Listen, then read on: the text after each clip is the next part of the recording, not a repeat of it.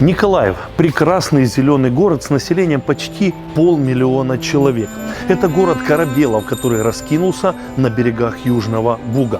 Кстати, именно в Николаеве в 1979 году на воду был спущен крейсер «Слава», который в 1996 году был переименован в крейсер «Москва». Но нужно заметить, что ракетный крейсер «Москва» не только строился в Николаеве, он также проходил в Николаеве ряд важнейших модернизаций.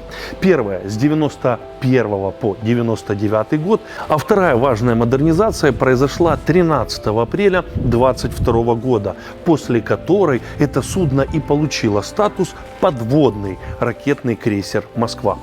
Ну да ладно, давайте вернемся к Николаеву. Ведь, как и многие другие города Украины, в 22 году Николаев стал полем боевых действий в войне за независимость Украины. О том, как сейчас живет Николаев, о том, что происходило в городе последние 2,5 месяца, нам согласился рассказать наш друг и коллега, автор и ведущий YouTube-канала «Автоведро» книжник Максим.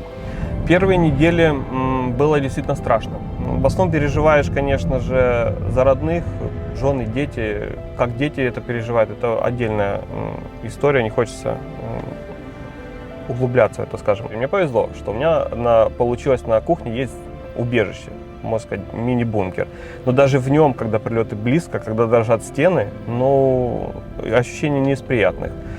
Время идет, конечно, мы все потихоньку привыкаем жить в военных условиях, и сейчас уже немножко привыкли, скажем так.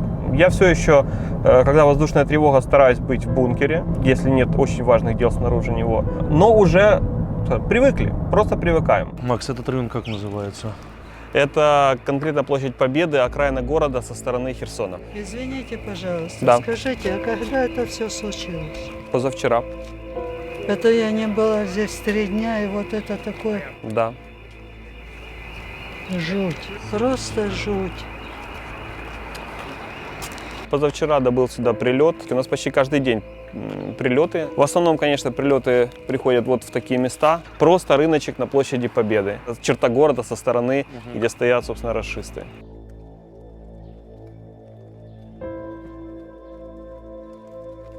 И это РСЗО, скорее всего, да, кассетные снаряды? Да, в основном у нас, насколько мы уже стали почти все специалистами, в основном нас обстреливают кассетными. То есть неуборочно мы слышим взрыв в небе, и через 15-20 секунд ба-ба-ба-ба-ба, это кассеты. Буквально 2 недели назад здесь же 2 квартала тоже прилетели кассетные, несколько человек погибло, в том числе продавщица, которая просто продавала овощи и фрукты людям на рынке. Люди, которые просто оказались случайно на улице. Но это может в любой момент прилететь куда угодно. Мы уже за эти 2 месяца убедились, что практически нет ни одного района города, куда бы не прилетало. Хаотично абсолютно. Вот рыночек, дом, школа, зоопарк регулярно страдает, животные бедные там, но более-менее их каких-то, по-моему, даже вывезли. А вот, кстати, да, мы видим от этого же взрыва вон, вообще нет стекол. Даже туда взрывной волной, видимо, хорошая волна была. Это же все было жилое, там было все целое. Уже месяц в кранах, в трубах нету воды. С питьевой проблем нет. Одесса, другие города очень хорошо помогли, наладили водоснабжение, полные магазины именно питьевой воды. Но техническую развозят исключительно бочками. Народ стоит в очередях, то есть решается проблема только таким образом. Это, конечно, создает некоторые проблемы и неудобства. Это все, конечно же, произошло из-за того, что волшебные наши освободители взорвали трубу, которая шла из Херсонской области, целенаправленно, я так полагаю. Наша администрация собирается наладить подачу воды из Южный Буг. Мы ждем уже со дня на день, когда она там появится хотя бы техническая вода. Вот я представляю, месяц фактически ты покупаться не можешь. Или да. можешь, с какими-то проблемами. Это купание как раньше. Тазик, ковшик, чайничек нагрели. То есть, только стратегические места, как правило.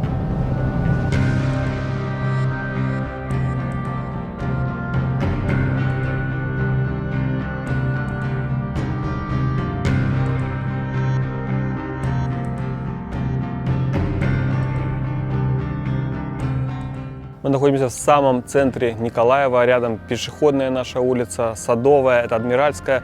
Это гостиница «Ингул», бывшая гостиница «Ингул».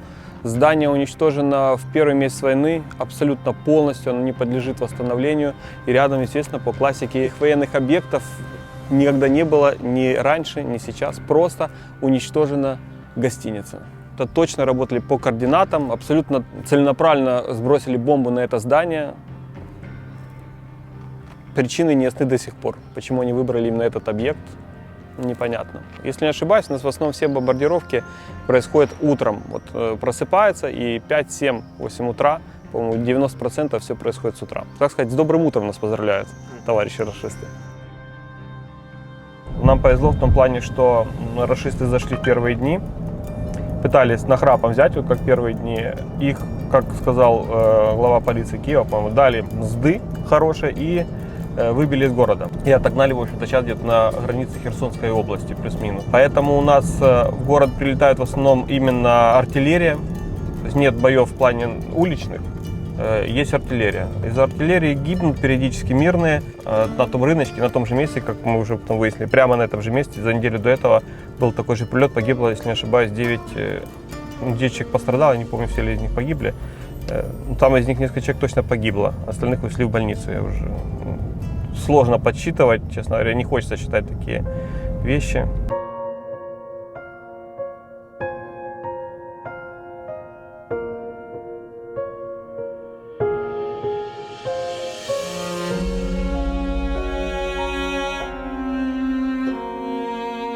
Рано утром, 16 апреля, мы еще все спали, и началась тревога.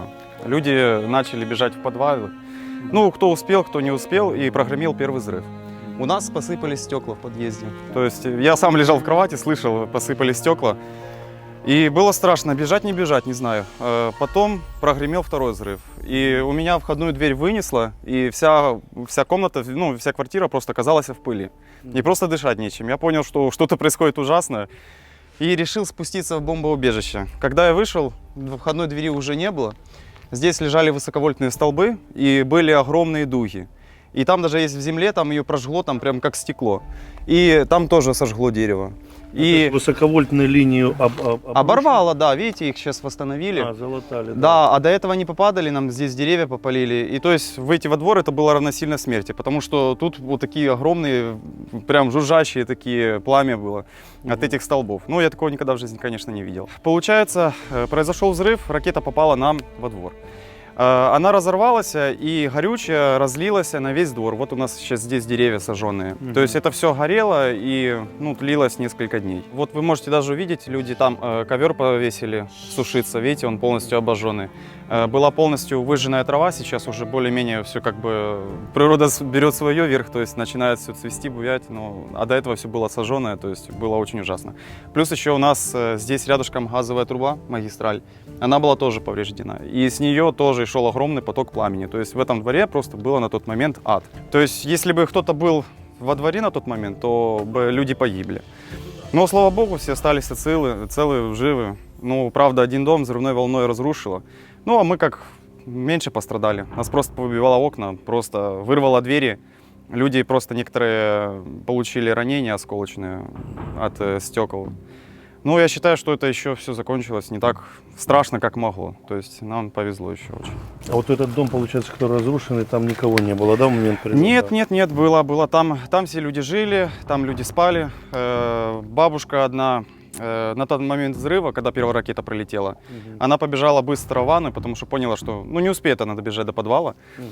И она пошла в ванную, и вот это, что там ванная торчит, это она в этой ванне и спаслась. То есть человек прям находился возле эпицентра взрыва, и она выжила. То есть мы, честно говоря, сами не ожидали. Я просто то, что я увидел, я думал, по-любому будут жертвы. Но, слава богу, все обошлось.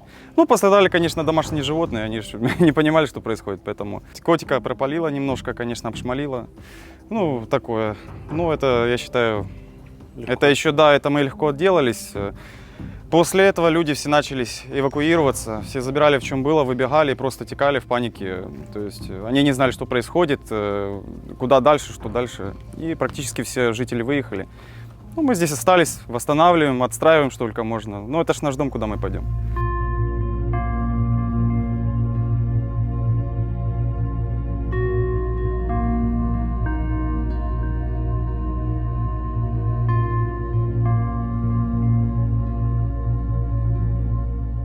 другой край города, район Намыв. Абсолютно чисто спальный район, окруженный, в общем-то, рекой вокруг. Здесь ничего, никаких объектов, только спальные дома. Вот видно, допустим, комплекс Ривьера, многоэтажные дома исключительно. Это кафе абсолютно с видом на реку, немножко стоящее отдаленно. Наверное, даже повезло, что у нас чуть отдаленно. И зачем сюда прилетела ракета, с какой целью? Целенаправленно его просто разнесли.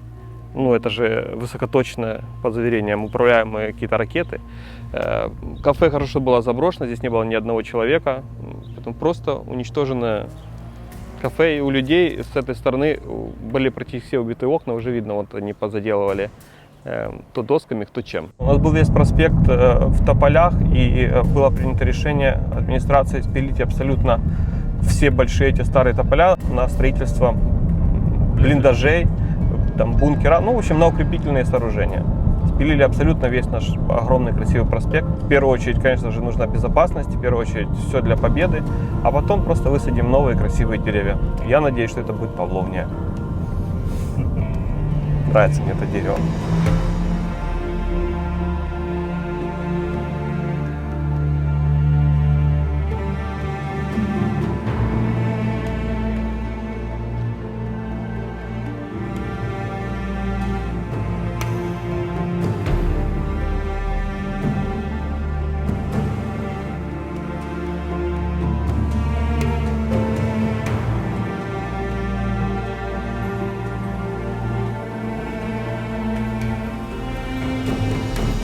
Це будівля Миколаївської обласної державної адміністрації. Тут до війни працювало близько 700 осіб.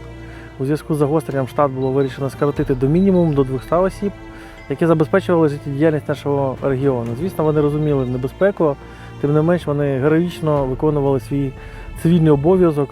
29 березня вранці, 8:35, в цю будівлю влучила крилата ракета типу «Калібр». Випущена вона була з акваторії Чорного моря. Влучила вона в 4-й поверх, безпосередньо на той поверх, де знаходився кабінет голови адміністрації Віталія Кіма. На щастя, ми воюємо з ідіотами, які якось не врахували, що тієї ночі було переведено годинники. І вони розраховували, мабуть, що вже 9:35 і всі вже на місці. Але на місці були ще не всі, тому що ще було 20 хвилин до початку робочого дня. Тому кількість жертв склала лише 36 осіб. Звісно, для нас це велика трагедія, там багато чудових людей працювало. Це цивільні здебільшого, кілька хлопців з Національної гвардії загинуло, але вони забезпечували лише громадський порядок. І все, це не військовий по факту підрозділ. Ще більше людей потрапило до лікарні. Особливого цинізму це набуває, коли розумієш, що 29-го якраз був один з етапів мирних перемовин, так би мовити, і ця тактика росіян вона вже стала, це називається державний тероризм. Коли вони однією рукою там намагаються підписувати якісь мирні нібито угоди, вони завжди посилюють тиск або на полі бою, як це було під час Мінську, коли вони в Дебальцево влаштували те, що там відбулося.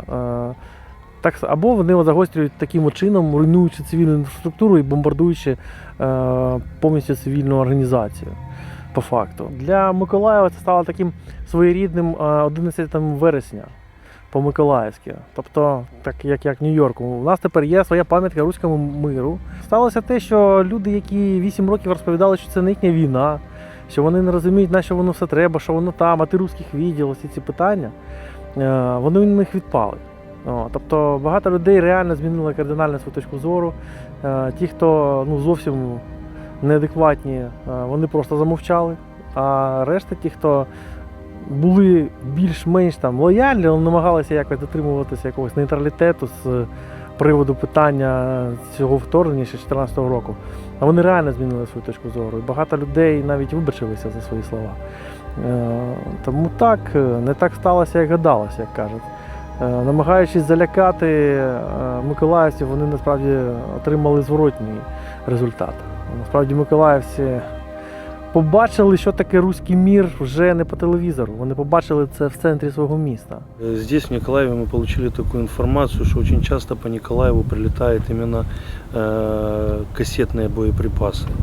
Вот в других городах это авиабомбы, это артиллерия, это РСЗО, а здесь очень часто прилетают именно кассетные снаряды. Чем это вызвано и вообще вот для зрителя, как работает кассетный боеприпас? Дивіться, все повністю логічно.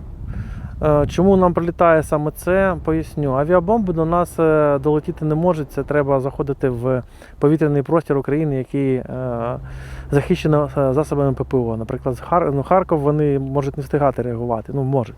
От. І насправді авіаційні бомби – це рідкість. З повітря вони використовують, як правило, ракети, які мають дальність польоту досить високу, велику точніше, і вони їх запускають з території Російської Федерації, не заходячи в наш повітряний простір, або там повітряний простір окупованої території максимум. По Миколаєву здебільшого працюють протикорабельними ракетами, це навіть іноді смішно, тому що, вибачте, протикорабельною ракетою за пару мільйонів доларів розбомбити літній бар, не знаю, чому, може тому, що він бомбардир називався, вони його розбомбили вранці на намиві, але, так от вони нам працюють, тобто використовують протикорабельну систему БАЛ, яка взагалі не для цього призначена. Ствольна артилерія до нас не дотягується, тому що вони працюють з території Херсонської області окупованої. Крилаті ракети по нам запускають навіть з Каспійського моря, тобто тут у них вибір досить широкий, з 3 морів по нам працюють. Але найдешевший спосіб, і який доступний, щоб дотягнутися до Миколаєва, це РСЗО, тобто ракетні системи залпового вогню.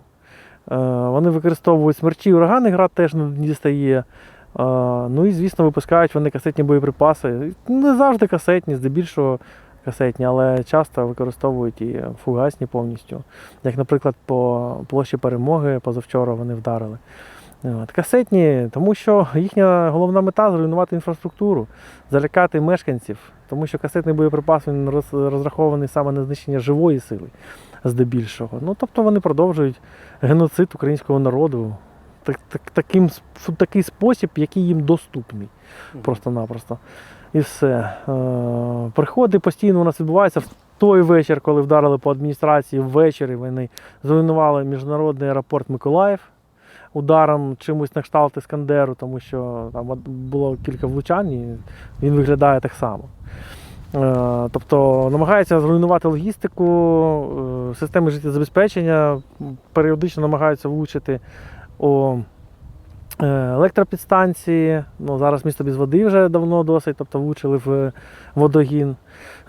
А на жаль, він заходить на їхню територію, щоб його відремонтувати. Логістичний центр там вдарили по Новій пошті, тому що намагаються відрізати місто. Лікарні один день вони бомбардували, навіть пологовий будинок і дитячу лікарню, туди прилітає періодично, бо може дотягнутися.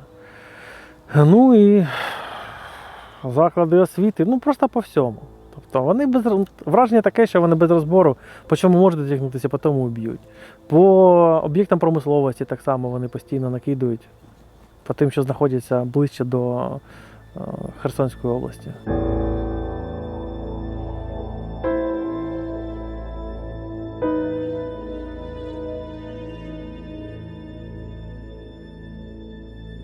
Тут була їдальня, власниця не брала, до речі, гроші, відмовилася, тобто нагодувала тут людей безкоштовно за свій рахунок. Я не знаю, що з нею саме сталося, після цього не бачилися, але я знаю, що когось з персоналу так само доставали тут, не могли знайти. Близько тижня шукали людей, але диво не сталося, на жаль. Це плити впали вже, пробили підлогу навіть. Основною ціллю був Ким? Так, звісно, 4-й поверх.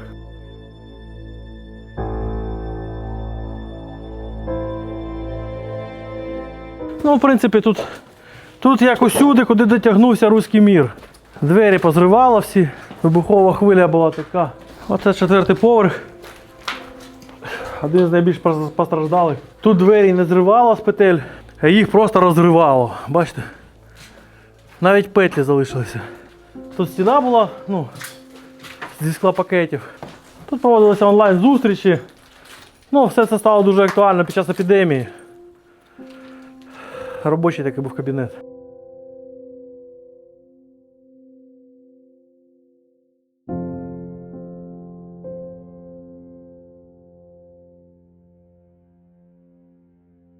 Кабінет заступника голови. Чесно кажучи, яким чудом він залишився неушкоджений, досі загадка, бо кабінет його, бачите, як виглядає.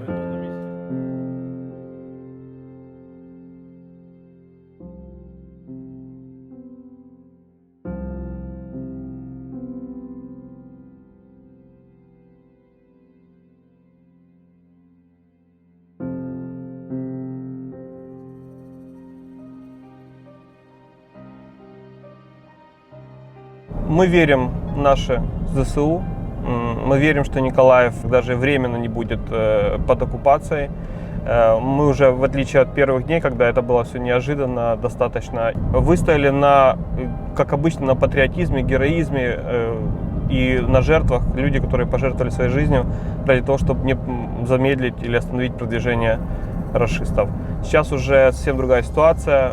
Народ уже, скажем так, прошел первый шок, народ адаптировался, у нас уже нельзя как бы говорить, да, какие-то моменты, чтобы не помогать врагу, но у нас все хорошо, у нас уже есть линия обороны, и мы верим, что дальше мы будем двигаться только в сторону освобождения наших херсонских земель, Запорожской области, пока не освободим всю свою землю.